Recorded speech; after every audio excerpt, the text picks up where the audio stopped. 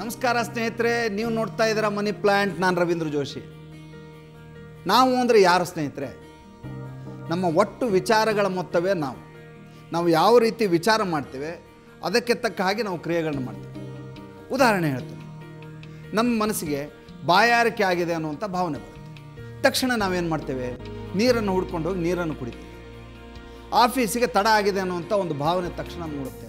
ತಕ್ಷಣ ನಾವು ಗೇರನ್ನು ಬದಲಿಸಿ ಗಾಡಿಯನ್ನು ಫಾಸ್ಟಾಗಿ ಓಡಿಸ್ಲಿಕ್ಕೆ ನೋಡ್ತೇವೆ.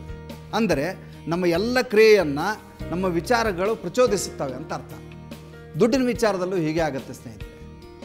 ನಾವು ಬಹಳ ಕಷ್ಟಪಟ್ಟು ದುಡಿದ್ರೆ ಮಾತ್ರ ದುಡ್ಡು ಬರುತ್ತೆ ಅನ್ನುವಂಥ ನಮ್ಮ ಭಾವ ಇದೆಯಲ್ಲ, ಅದರಿಂದ ನಾವು ದುಡ್ಡನ್ನು ಗಳಿಸಲಿಕ್ಕೆ ಬಹಳ ಕಷ್ಟಪಡುವಂಥ ಮಾನಸಿಕ ಸ್ಥಿತಿಗೆ ಸಿದ್ಧರಾಗ್ತೀವಿ. ಜಗತ್ತಿನಲ್ಲಿ ಎರಡು ಥರದ ಜನರಿದ್ದಾರೆ. ಒಂದು ಸ್ಮಾರ್ಟ್ ವರ್ಕಿಂಗ್ ಪೀಪಲ್, ಇನ್ನೊಂದು ಹಾರ್ಡ್ ವರ್ಕಿಂಗ್ ಪೀಪಲ್. ಅಂದರೆ ಜಾಣ್ಮೆಯಿಂದ ದುಡ್ಡನ್ನು ಮಾಡುವಂಥ ಒಂದು ವರ್ಗ, ಮತ್ತೊಂದು ಕಠಿಣ ಶ್ರಮದಿಂದ ದುಡ್ಡು ಮಾಡುವಂಥ ವರ್ಗ. ಎರಡು ವರ್ಗಗಳು ಈ ಸಮಾಜದಲ್ಲಿ ನಾವು ಕಾಣ್ತೇವೆ. ಆದರೆ ಜಾಣ್ಮೆಯಿಂದ ದುಡ್ಡು ಮಾಡೋ ವ್ಯಕ್ತಿ ಬಹಳ ಬೇಗ ಶ್ರೀಮಂತ ಆಗ್ತಾನೆ. ಕಠಿಣ ಶ್ರಮದಿಂದ ದುಡ್ಡು ಮಾಡೋ ವ್ಯಕ್ತಿ ಬಹಳ ನಿಧಾನವಾಗಿ ಶ್ರೀಮಂತ ಆಗ್ತಾನೆ. ಅಷ್ಟೊತ್ತಿಗೆ ಆತ ಸೋತು ಹೋಗಿರ್ತಾನೆ. ಹಾಗಂತ ಕಠಿಣ ಶ್ರಮದಿಂದ ಹಣ ಸಂಪಾದನೆ ಮಾಡಬಾರ್ದು ಅನ್ನುವಂಥ ಭಾವನೆಯನ್ನು ನಾನು ನಿಮ್ಮಲ್ಲಿ ಬಿತ್ತಾ ಇಲ್ಲ. ಆದರೆ ಜಾಣ್ಮೆಯಿಂದ ನಾವು ದುಡ್ಡು ಸಂಪಾದನೆ ಮಾರ್ಗಗಳನ್ನ ಹುಡ್ಕೋಬೇಕು.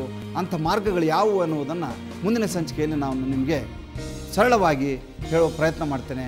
ಅಲ್ಲಿವರೆಗೂ ನಮಸ್ಕಾರ ಸ್ನೇಹಿತರೆ. ಮುಂದಿನ ಸಂಚಿಕೆಯಲ್ಲಿ ಮತ್ತೆ ಭೇಟಿಯಾಗೋಣ. ನಮಸ್ಕಾರ.